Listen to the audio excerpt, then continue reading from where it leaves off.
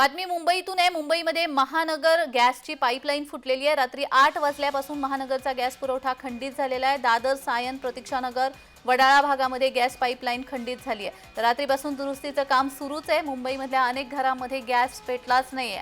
मुंबईतील अनेक घरांमधील गॅस काल रात्रीपासून पेटलेच नाहीयेत। महानगर गॅसची पाईपलाईन दादर इथे फुटली आहे। रात्री 8 वाजल्यापासून महानगरचा गॅस पुरवठा खंडित झालाय। दादर, सायन, प्रतीक्षानगर, वडाळा भागामध्ये गॅस पाईपलाईन बंद आहे। गॅस बंद असल्यामुळे हॉटेल बाहेर मात्र रांगा लागल्या आहेत। काल रात्रीपासून दुरुस्तीचं काम सुरूच आहे। दुपारी 1 वाजेपर्यंत काम पूर्ण होण्याची शक्यता वर्तवली जाते।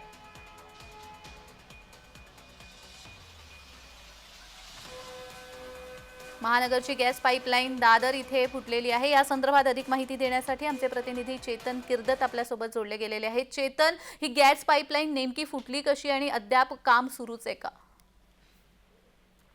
जी महानगर गॅस पाईपलाईन जी आहे ही दादरमध्ये काल रात्री 8 वाजता फुटलेली आहे आणि तेव्हापासून खरं तर महानगरचा गॅस पुरवठा जो आहे तो खंडित झालेला आहे आणि त्यामुळे मुंबईतील अनेक घरांमध्ये गॅस जे आहेत ते काल रात्रीपासून पेटलेच नसल्याची माहिती जी आहे ती समोर येते आहे। त्यामुळे दादर, सायन, प्रतीक्षानगर, वडाळा या भागांमध्ये गॅस पाईपलाईन जी आहे याची सेवा जी आहे ती बंद आहे आणि गॅस बंद असल्याने आता याचा मोठा फटका जो आहे तो कुठेतरी नागरिकांना आणि सर्वसामान्यांना बसताना पाहायला मिळतो आहे।